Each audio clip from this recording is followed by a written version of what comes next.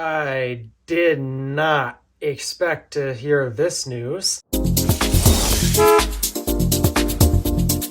Alright, so before we dive in today's headlining topic, I actually have a few other announcements I need to make, and that's because I was originally going to make a video about it, but then a little bit was added onto it, so much that I basically had to scrap the entire video. And yes, it is in regards to the transition to NACS. I, of course, have to cover it because it's my job right now to evidently pressure every automaker to make sure they switch to the superior standard, because there are some that are out there that currently think, yeah, not a big deal, when in reality, they're taking a major hit. And I'm basically talking about Lucid, but I want to congratulate BMW, Mini, Rolls-Royce, Toyota, and Lexus for now adopting the North American charging standard to be their official charging port for their 2025 and future vehicles and such. Yeah, again, same exact timelines and all that. They're all working with Tesla to get this whole thing rolled out. And I'd say at this point, we've really got the majority of automakers on board. Like when Ford did, I'm like, okay, Ford's taking up on this now, but are there any other takers that are going to do it? Because, I mean, CCS has been selected for so long. And the truth is, CCS is never really the biggest reason why the whole port thing is going wrong. I mean, I hate the port from a design standpoint because, well, I happen to work in an environment where engineering skills are kind of required. And when you compare CCS to NACS, you can definitely tell which is the better engineered standard. It's the one I'm currently holding in my hands right now. The true reason why people are switching to NACS instead of holding on to CCS and holding out for it is because NACS is attached to the best charging network while CCS is not. And yes, Tesla is adding magic docks to some of their old V3 stations, and actually their first V4 station went online. Well, more like a V3 and a half technically. It has the V4 dispensers, but from the sounds of it, it's still version 3 cabinets. At this point, I'm actually getting a little concerned because the supercharger network badly needs to support 1,000 volts, especially for the Cybertruck, and yet, where is it? I don't know. We got the dispensers already. In fact, those brand new V4 dispensers, they were designed with the magic dock in mind. So basically, anytime you roll up to a V4 or V3 and a half station, it's going to have the magic dock no matter what. So technically, automakers don't really have to abandon CCS because Tesla's adding it to their V4 stations. But I'm so glad that they are adopting this port anyway. Why? Well, when you take a look at the competition, it's poorly engineered port versus very well engineered port. Maybe we should use the, I don't know, very well engineered port. Yeah, enough of this. I've gone on this conversation enough so many times. So now with that out of the way, let's actually get into the headlining topic. A couple days ago, Tesla and BP have announced that BP has acquired $100 million worth in Tesla supercharging hardware, and they are going to add that hardware as a part of the BP Pulse network, which to me is crazy. In fact, you know what? I actually think this is a good thing. While yes, it might seem a bit crazy to some, I can understand why. From the beginning, when it came to Tesla developing the supercharger network, they built and designed the hardware for their vehicles because at the time, no other electric car was exactly great at road tripping, which is what Tesla wanted their cars to be able to do. And so, yeah, Tesla built the supercharger network for their vehicles' design, and they would hope that the rest of the industry would copy. Well, that hasn't been the case. So,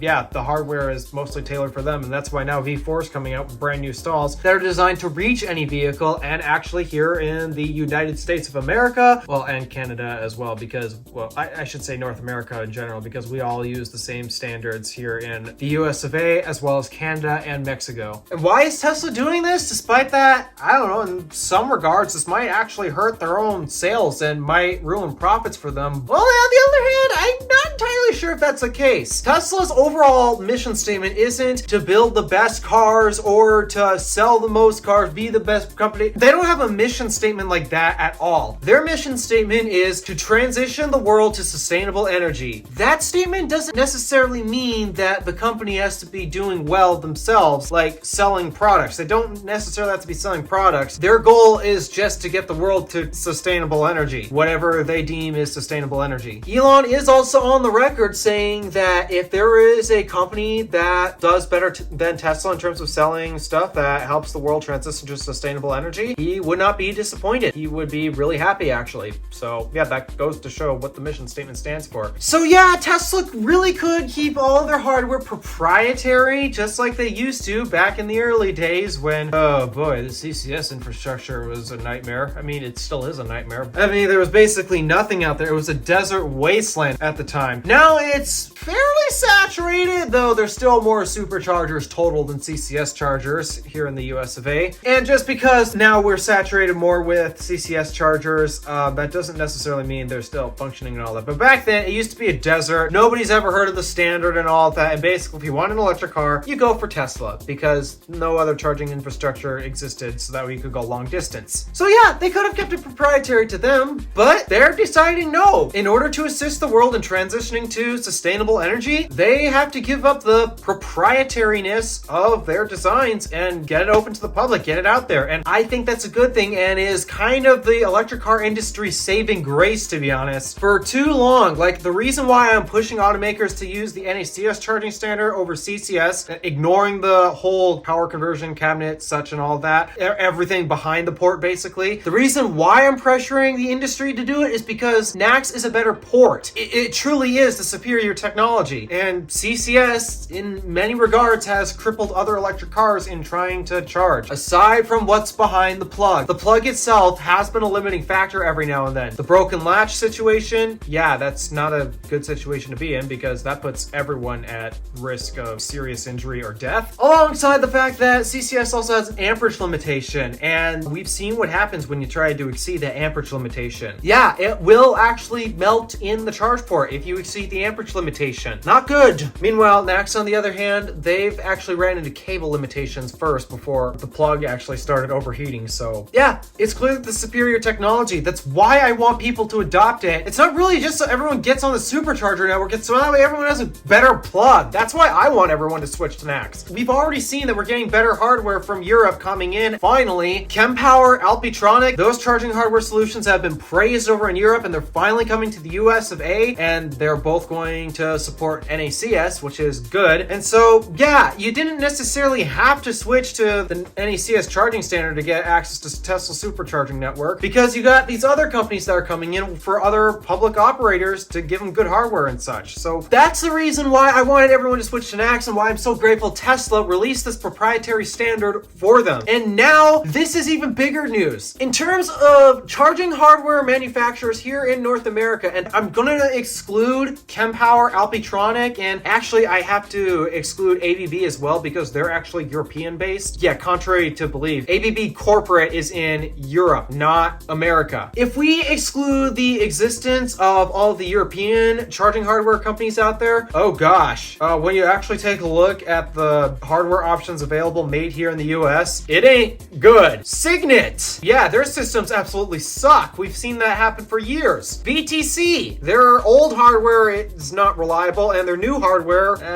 little too powerful to the point where it's bricking cars. ChargePoint actually has really good hardware. The problem right now is it does need to be serviced every now and then. Hey guys, remember, Tesla superchargers, they even need to be serviced every now and then. And so yeah, I expect ChargePoint hardware to go down at some point, and somehow they did happen to build one of the best hardware solutions out there. The problem is the business model. They are relying exclusively on other people buying the stations, and it's up to those people who bought the stations from ChargePoint to reach out to ChargePoint and get them fixed. But these people aren't doing it, and it's resulting in the ChargePoint network absolutely hurting. As of right now, as I speak, I've been doing rate your charge updates to get ChargePoint out here to fix my local station, because as of right now, there's a stall that's down because I have no idea why. The screens are working, everything seems to be working, except no, the stall is offline and I have no clue why. And because the stall is offline, that means that the other stall right next to it, it's temporarily reduced. in terms of power. So yeah, truly, when you actually take a look at a lot of the charging hardware options to buy from, if you wanted to set up your own charging station, your own DC station, it's basically crap. You're either buying a Signet charger or a BTC charger, maybe an ABB, but despite that they're from Europe, but even the ABB ones aren't exactly the greatest units to be buying either. Those go down a lot, surprisingly. I don't know what to say about ChargePoint. Their hardware supposedly is really good and it is designed to last.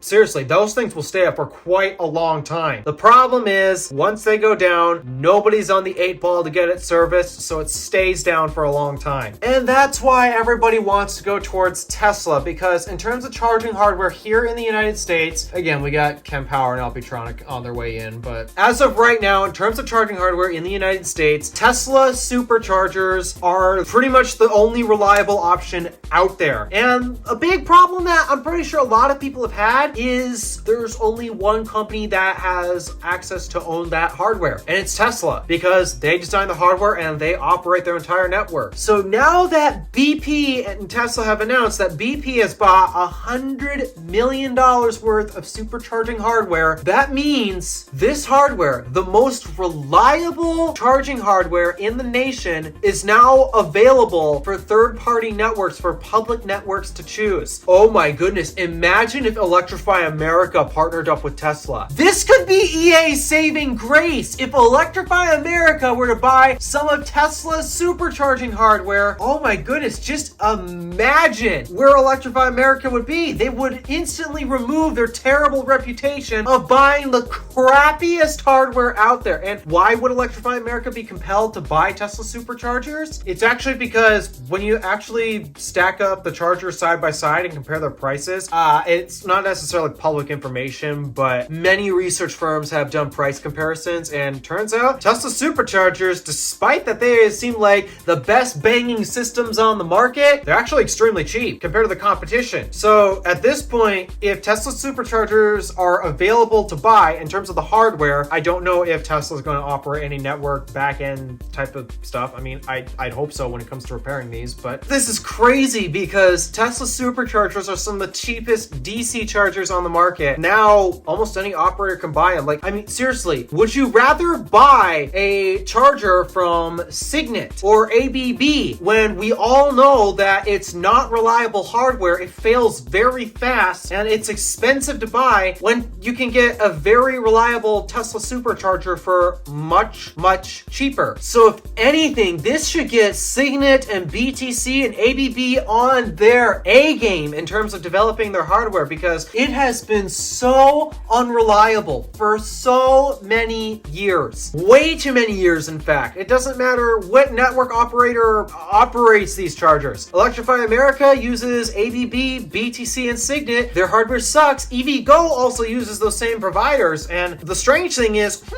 what versions of EVgo chargers are the most frequent to go down? ABB, BTC, and Signet. I'm not too sure about Delta. EVgo also buys from Delta. I'm not too sure about them. From what I hear, it's fairly decent hardware, but I don't know too much about Delta, to be honest. And the same story goes for basically any other network operator out there. They're all buying bad hardware and not servicing it, and it's just, why? It's probably because it's expensive to. But now that Tesla makes their superchargers for so cheap, because, I mean, we all know Tesla. Tesla prioritizes efficiency in the manufacturing plant, so much as to the point where they've actually come out with such a unique process where they'll actually pre-assemble an entire supercharging site at the Buffalo, New York factory. They'll get all of the superchargers assembled and paired with the cabinets, so that way all they have to do is ship them out to wherever the site is going in and just plop the whole unit in and hook it up to the grid, and that's it. It's ready to go, versus, oh, now we gotta dig trenches and we gotta cut out concrete pads and such. Yeah, no, that stuff is entirely bypassed due to Tesla's manufacturing efficiencies. So yeah, it's no surprise Tesla can make it for cheap, and now that this cheap hardware that we know actually is reliable is available for third-party, this could be third-party charging network saving grace if they decide to buy Tesla's hardware. BP Pulse doesn't really have much of a presence here in North America. I've never seen or heard of an actual station here in North America. I've actually searched on PlugShare and they're not even listed in the filtration options. So I guess BP Pulse might potentially gain a little bit of presence here in the US now that they're buying Tesla supercharging hardware. And I'm actually really excited about this because for a bunch of reasons. For one, that means Tesla won't become a monopoly in the space because, well, they happen to be the only successful company building hardware and operating a network. That actually would have been really sad if that ended up happening because, unfortunately, we here do still need reliable charging, but there's only one provider who can do it. And it's not our fault that we have to choose Tesla. It's all the other manufacturers' fault for sucking so much. I hope this drives competition. I really hope that everyone starts to decide, all right, we can't give Tesla too much power. All the drivers are going to go to Tesla because they're all switching to NACS, and we all know they have the reliable charging hardware. All right, if we want to survive, we got to put up our A game and start making actual decent equipment instead of a crap that's in the ground today that we know is going to fail in less than a month and it doesn't get serviced in forever. So yeah, there's my whole excitement on the regards. If it actually is available for third-party operators to buy, I don't know. For testing purposes, I think it would be kind of nice to have one. Anywho, yeah, I'm talking crazy now. All right, thank you for watching. Do me a favor and interact with the stuff below. My name is DeWolf, Random Alpha, signing out.